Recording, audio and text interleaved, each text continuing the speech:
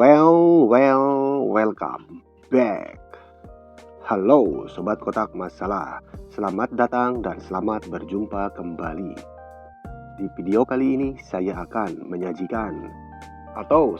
membahas beberapa jebakan dalam menghadapi Scandinavian Defense.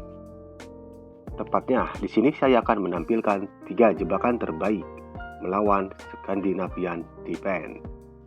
Sudah pasti di sini ada trik dan atraksi dari pengorbanan buah putih.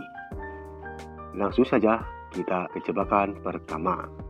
Sudah pasti pertahanan Skandinavian diawali dengan putih pion naik ke E4 dan hitam pion naik ke D5. Ya, inilah formasi Skandinavian Defense. Dan setelah di sini pion pukul pion, menteri pukul pion. Lanjut di sini kuda naik menyerang menteri. Pada posisi ini, menteri biasanya akan bergerak ke A5. Itu adalah langkah yang sangat populer. Atau di sini terkadang menteri akan bergerak mundur ke D6.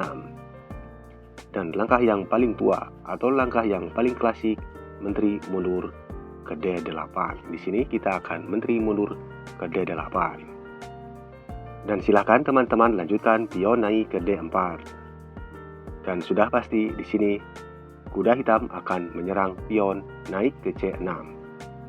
Dan silakan langkahkan kuda naik ke F3 melindungi pion putih. Untuk mendapatkan pion putih D4, pastinya hitam menaikkan gajah ke G4 memimpin kuda. Dan jawaban umum di sini dari putih adalah gajah naik ke E3. Tentunya menambah perlindungan kepada pion pusat D4. Tapi di sini kita akan naikkan pion ke D5 menyerang kuda. Dan sudah tentu ini adalah kesempatan baik bagi hitam.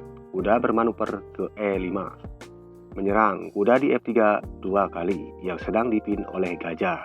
Dan di sini bila putih memukul kuda, maka tentu gajah memukul menteri dan menteri putih akan hilang. Tapi tenang. Pada posisi ini, kita lakukan langkah spesial atau langkah kejutan yang istimewa, gajah naik ke B5. Tentu di sini sekak. Dan ini masalah baru bagi hitam. Sudah pasti di sini raja hitam tidak bisa bergerak dan harus dilindungi. Ada 2 cara untuk melindungi raja, dengan menteri naik ke D7 atau pion naik ke C6. Di sini jelas tidak mungkin menteri naik ke D7. Dan sudah pasti pion akan menutup sekak naik ke C6. Dan lanjutkan dengan pion pukul pion. Dan tentu masalah serius bagi hitam. Bila di sini pion pukul pion, maka tentu gajah sekak pukul pion. Dan di sini menteri hitam akan hilang. Tentu dengan menutup menteri ke D7. Setelah di sini gajah pukul menteri dan raja bergeser ke D8. Jelas di sini gajah juga ikut hilang. Lihat di sini teman-teman, hitam kehilangan 3 perwira. Sementara putih hanya kehilangan menteri. Jadi tentunya teman-teman di sini sangat unggul. Dan kita kembali di posisi ini. Di posisi ini jelas sangat rumit dan hitam tidak mungkin bisa menyelamatkan menterinya. Karena sungguh di sini pion terlalu. Diskaper sekak dengan pukul pion atau menyerang menteri ke C7. Dan sungguh banyak variasi dari putih di posisi ini. Bila di sini menteri naik ke B6 menyerang gajah, maka tentu di sini pion akan pukul pion sekak dan pasti menteri memukul gajah. Tentu setelah di sini pion kali benteng skakmat tidak bisa dihindarkan. Nah, untuk menutup sekak, menteri mundur dan selamat skakmat. Atau bagaimana bila di posisi ini gajah memancing gajah ke E2? Tentu di sini untuk memancing gajah putih memukul gajah hitam. Ya. Atau juga di sini bila kuda memukul gajah, tentu raja hitam akan selamat. Karena setelah di sini menteri sekak menyerang gajah, tentu di sini kuda akan menutup sekaligus melindungi gajah. Dan dilanjut, hitam raja rokade sayap menteri. Jadi di posisi ini silakan pukul gajah dengan raja. Maka keadaan hitam tidak akan berubah, masih dalam tekanan serius. Dan di sini bila pion naik menyerang gajah, maka silakan sekak pion naik ke C7. Dan pasti di sini pion akan pukul gajah dan pion pukul menteri sekak. Benteng pukul menteri dan silakan kuda naik pukul pion. Bila di sini kita melakukan langkah konyol, misal kuda naik ke F6, tentu sekak mat, kuda naik ke C7. Oke teman-teman, kita lanjut ke jebakan kedua. Dan seperti biasa, Skandinavian dimulai dengan pion naik E4, pion naik D5, pion pukul pion, dan di sini menteri pukul pion. Dilanjut dengan kuda menyerang menteri. Sekarang kita ke langkah populer. Menteri bergerak ke A5, tentu menghindari serangan kuda. Lanjut kuda naik ke F3. Dan langkah yang paling umum di posisi ini adalah gajah menyerang kuda ke G4. Silakan serang gajah dengan pion ke H3. Dan setelah di sini gajah pukul kuda, menteri balik pukul gajah. Tentunya menyerang pion B7, ancaman bagi benteng. Dan pasti di sini kuda menutup, naik ke C6, sekaligus persiapan rokade sayap menteri. Silahkan teman-teman naikkan gajah ke B5. Jelas memaku kuda terhadap raja. Raja tidak mungkin melakukan rokade, karena di sini bila raja melakukan rokade, jelas gajah pukul kuda dan pion pukul gajah. Setelah menteri di sini pukul pion, maka file B sudah kosong melompong dan sangat rawan pertahanan sayap menteri hitam. Jadi pada posisi ini setelah gajah di sini naik ke B5, memasung kuda, tentu menteri akan mundur mengawal kuda kembali. Maka jebakan kita mulai dari sini. Silahkan naikkan kuda ke D5 menyerang menteri. Menteri tidak mungkin di sini pukul gajah, karena bila itu dilakukan maka sekak, seter, dan sebom. Tentu menteri akan hilang. Jadi pada posisi ini, menteri hitam akan kembali ke A5. Jelas masih mengawal pion C7 yang dalam ancaman kuda. Dan langkah apa yang harus kita lakukan? Jelas di sini menteri akan selesai, atau menteri hitam selesai riwayatnya. Ya, betul, kita naikkan pion ke B4, menyerang menteri. Dan di sini tidak ada langkah aman untuk menteri. Kemanapun menteri melangkah akan tetap tiada. Pastinya di sini menteri sebelum meninggalkan kalian semua akan makan terlebih dahulu. Ya, dengan memakan gajah. Dan silahkan di sini sekak, seter, sebom, kuda ke C7.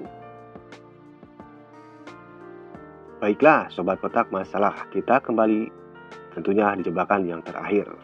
Jebakan ketiga, melawan pertahanan Skandinavia. Seperti biasa, ini adalah langkah awal pertahanan Skandinavia.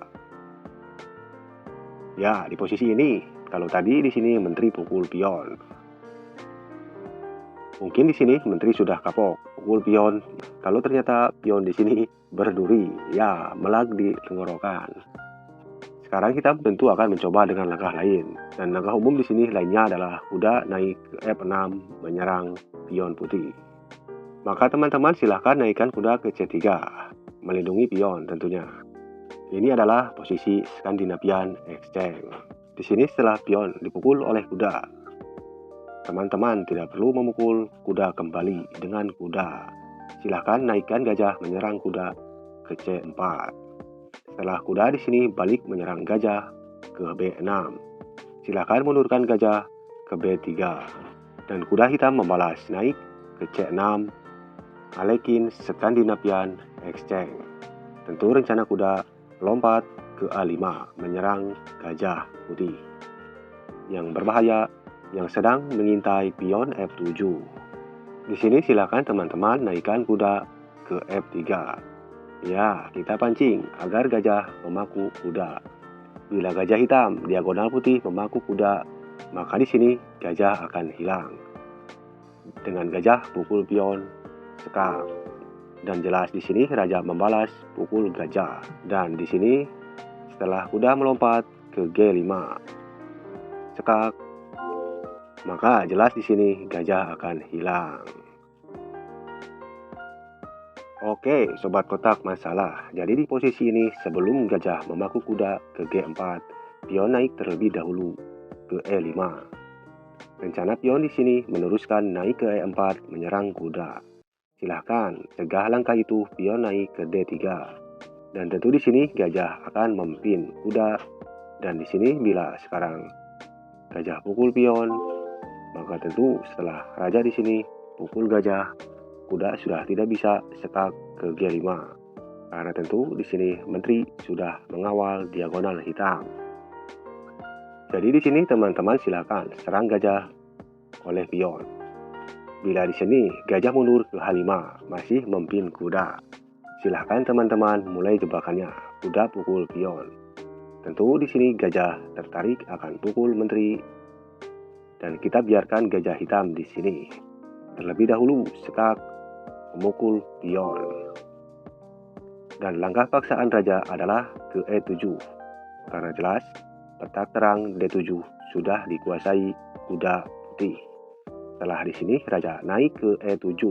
Silakan teman-teman sekak kembali dengan gajah dan tentu sekak seter. Menteri akan hilang. Dan lagi-lagi langkah satu-satunya bagi raja hitam adalah ke D6. Dan teman-teman di sini silakan pukul menteri kalau teman-teman sudah lapar. Ya, oke, tapi saya di sini tidak akan pukul menteri terlebih dahulu ya teman-teman. Saya akan melakukan sekak terlebih dahulu. Kuda naik ke E4. Lagi-lagi di sini raja hitam hanya bisa melangkah memukul kuda. Dan lagi-lagi kita tunda memakan menteri. Sabar ya teman-teman.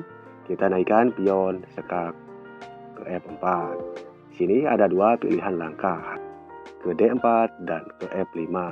Bila di sini raja bergerak ke F5, maka skakmat kuda ke G3. Jadi di sini tentu hitam akan bergerak ke D4. Dan silakan sekarang makan menteri. Bukan makan menteri. Sekarang kita makan gajah dengan benteng. Ya, tenang, menteri nanti akan hilang, teman-teman.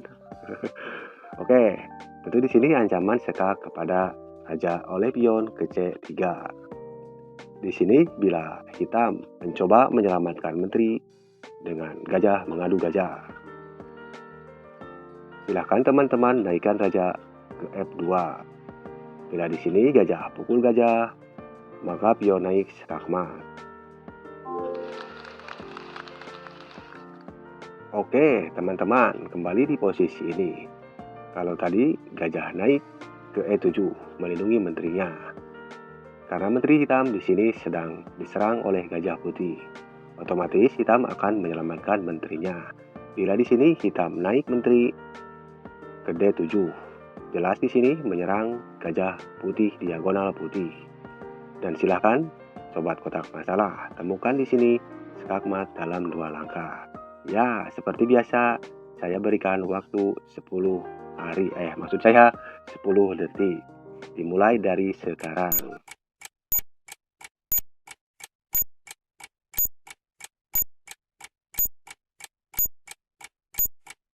Oke, waktu telah selesai.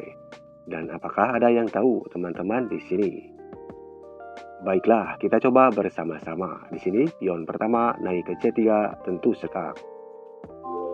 Dan tidak ada pilihan langkah dari raja hitam kecuali naik ke E3. Satu langkah lagi teman-teman. Dan jelas tentunya sangat mudah. Pion naik ke F5. Skakmat. Jadi itulah jebakan top 3 dalam melawan pertahanan Skandinavian. Teman-teman bisa praktekkan jebakan ini di permainan online atau permainan konvensional seperti di pos ronda, di tongkrongan, atau di tempat-tempat yang memungkinkan teman-teman untuk bermain catur. Dan terima kasih telah menonton videonya sampai selesai. Jika ada kata-kata yang kurang berkenan atau kurang dan lebihnya, saya minta maaf. Dan silakan teman-teman terus dukung channel ini dengan cara di subscribe, like, komen, dan dibagikan.